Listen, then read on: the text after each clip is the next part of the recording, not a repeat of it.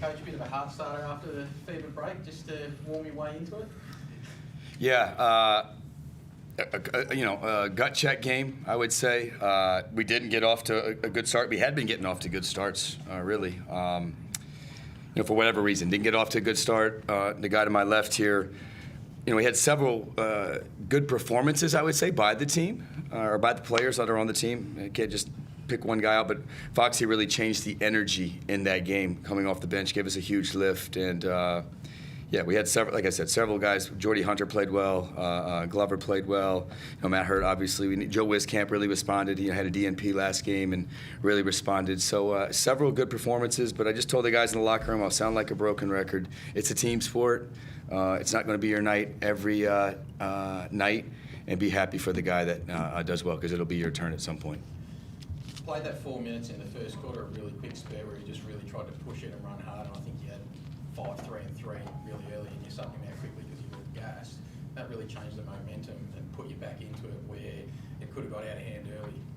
Yeah, again, it's just energy. I would like to think teams that I coach, that's one thing, is just bring the energy, all right? And I didn't think we had good energy early for whatever reason. I can't, if I could tell you exactly why, I'd probably be a genius. But, just make some subs, see if somebody can come off the bench and give us a spark. And, Foxy has been doing that for us. And like I said, I thought he really kind of changed the momentum of the game. And then in the second quarter, we were getting stops here and there, but we were trading baskets. I think we gave up, 59 points. 59 points in the first half.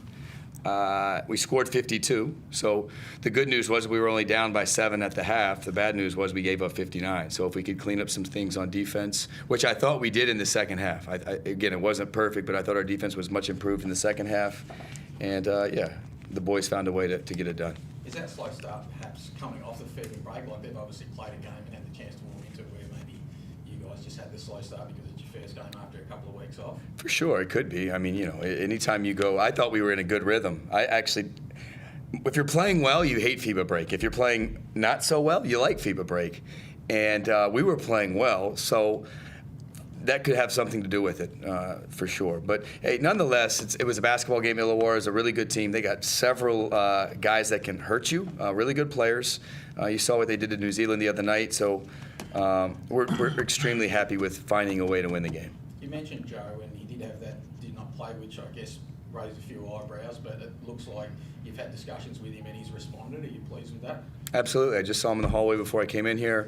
Didn't play, not for any other reason than he just didn't play in Perth, and he's had several good practices, and that's what pros do. They don't hang their head. They don't really ask why. They just kind of bring the lunch pail to the gym every day and work to get better and figure out what they can do to help themselves and their teammate, and Joe did that, and I think he got rewarded tonight, and you like to see that from good guys like Joe. And his teammates got his back, which is good. And like I said, when he was in the game tonight, we won by 17. His plus-minus tonight was 17. So good for Joe. How hard is it as a coach when you've got a guy like Derek Walton Jr. who is probably struggling a little bit, and then Foxy comes in and Glover comes in and they play really well? You've got a decision to make to go, okay, do I ride these guys that are playing well, or do I put my star import back in? How hard is that as a coach to make that decision? Yeah, I'm a different type of coach. I play the guys that are playing well. It doesn't matter about star. Like I just told you, it's a team game. It's going to be a different guy's night most of the time, every night. I think teams that have 2 or 3 guys and that's it are pretty easy to guard or guess what they're going to do. I want a team that has 7, 8, 9 guys and on any given night can get double figures. We had tonight 1, 2, 3, 4, 5, 6 guys in double figures, and several of those guys came off the bench. So we're going to play guys that are playing well, no matter who you are. Foxy, career high tonight, mate. Did it feel like it was going to be a special night tonight, or is it just you roll out and go as hard as you can?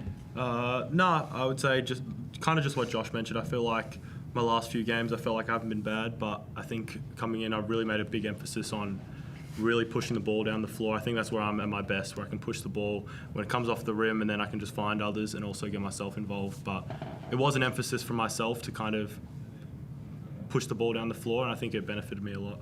Is this a standard you want to set now for your own play? 100%. I think it's kind of eye-opening for myself what impact it can have on my game. But yeah, for sure, 100%. Can I add one? You know, Foxy tied for leading us in rebounding. So all that, you big man, it doesn't matter, man. It's like heart and hustle.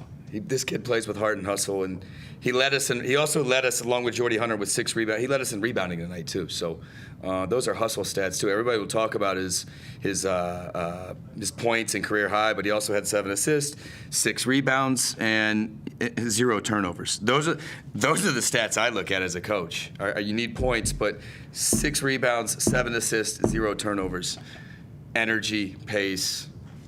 Well done. Appreciate you. But you mentioned eye-opening. You had a bit of a contact issue at the end of the game, mate. Tell us a bit about that. Well, yeah, it was actually funny because I hadn't been asked all year, but they came up and asked me, do you wear contact lenses before the game? I was like, yeah. I've never really had an issue with it until tonight, the last 2 seconds, but my lovely girlfriend, luckily enough, carries a spare pair in her bag, so I was able to run down and throw me one to get in for the last 2 seconds for the last defensive effort. So, it was a bit crazy, but it worked out in the end. Josh, you had to do a lot of problem solving tonight. How much of that came from the players themselves?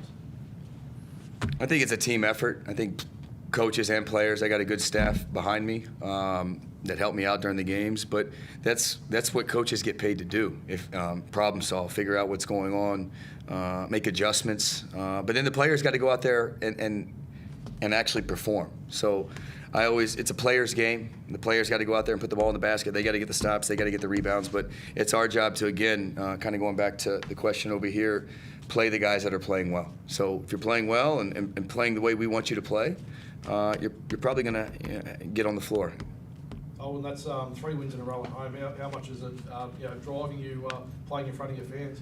Oh, for sure. I think they make a massive impact. You saw at the end of that game, just the noise was electric when they're at the free throw line.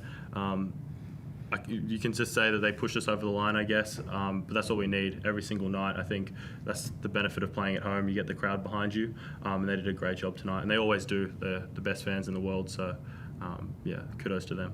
And Josh, how impactful was Jordan as the centre today?